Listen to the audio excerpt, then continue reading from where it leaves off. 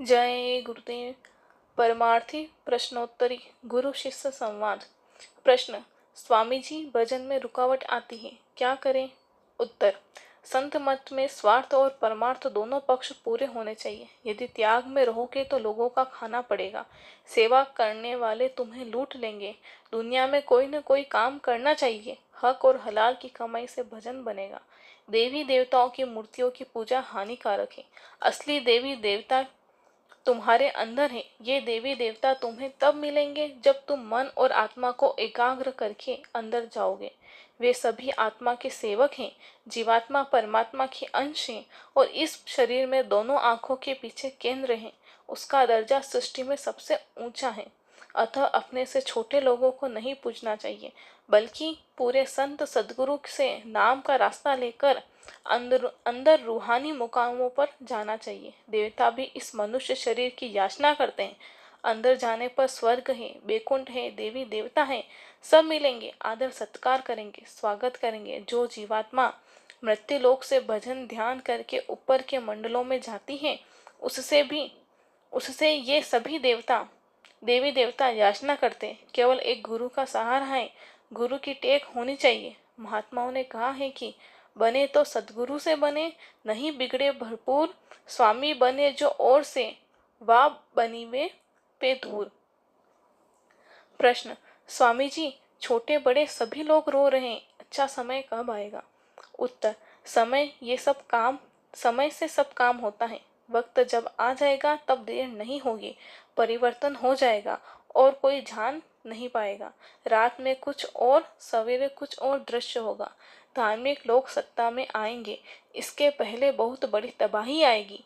परमार्थ का, आध्यात्मवाद का रास्ता बनाने वाले महात्मा हैं, उनकी दया से ही अच्छे लोगों की रक्षा होगी और बुरे लोगों का सफाया हो जाएगा। सब कुछ कर्मानुसार होगा। जिसके जैसे कर्म होंगे वैसे ही उसको फल मिलेगा। पुण्य कर्म से आप महात्माओं के पास पहुंच जाते हैं। महात्माओं ने कहा है कि कलयुग में कुछ समय के लिए सत्युग आ रहा है, फिर धर्म का राज्य हो जाएगा।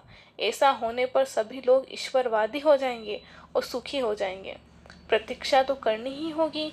राम ने वक्त का इंतजार किया, कृष्ण ने भी किया और मैं भी वक्त का इंतजार कर रहा हूँ। वक्त आ रहा है, थोड़ा धीरज तो रखना ही होगा।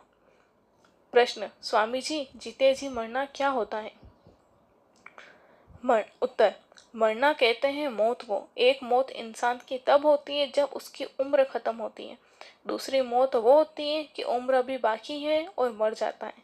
पहले में जब जीवात्मा शरीर से निकल जाती है तब वापस नहीं आती।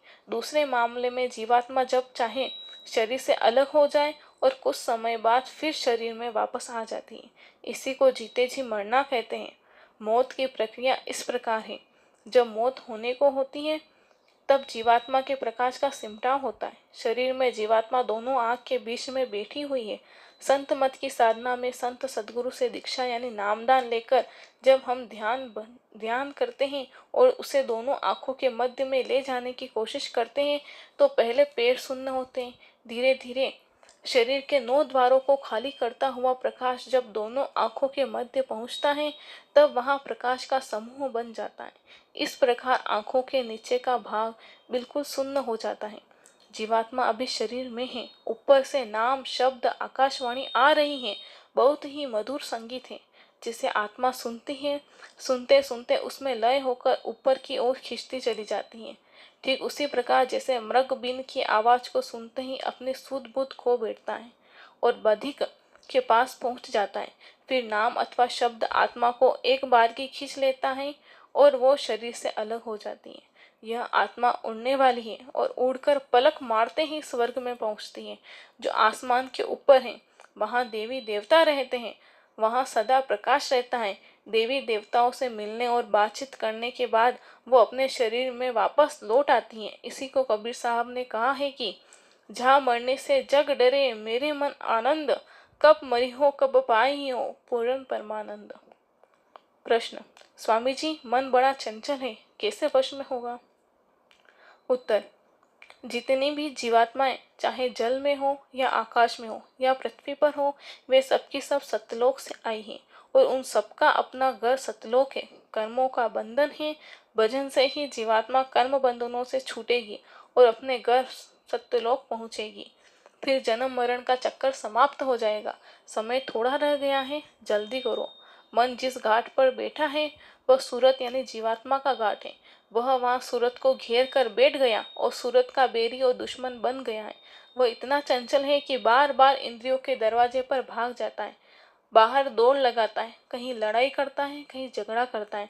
कहने का मतलब है कि यह तरह तरह के संकल्प विकल्प करता रहता है। इस मन को जीतने के लिए नाम को पकड़ो, आवाज को पकड़ो। नाम नहीं पकड़ोगे तो मन बुद्धि चित्त अहंकार ये कोई भी ठीक नहीं हो सकेंगे, क्योंकि जुगान जुग से इसकी आदत भागने की है। इसका स्वभाव पड़ गया है। यह समझता है, जानता है कि यहाँ सुख नहीं है, दुख ही मिलेगा, लेकिन आदत के वश होकर यह भागता रहता है। नाम ही है जो मन को वश में करता है और कोई युक्ति नहीं है। नाम की कमाई करते रहो। कमाई करते करते जब इसे अंतर का रस मिलने लगेगा तब यह चुप हो जाएगा। आगे वक्त अच्छा नहीं है, कुदरत तैयार खड़ी है और वह कुछ करना चाहती है। पाप बहुत बढ़ गया है, महंगाई बहुत आएगी और सब लोग चिल्ला पड़ेंगे। तुम मुंह से आवाज मत निकालना, मालिक को बर्दाश्त करने की शक्ति देगा। भजन जरूर करना। सत्संगी से ही सच्ची शांति मिलती है।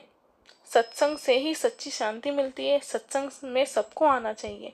हमारी एक एक बात को करोड़ की समझिए, करोड़ उसके सामने कुछ नहीं। जय गुरुदेव।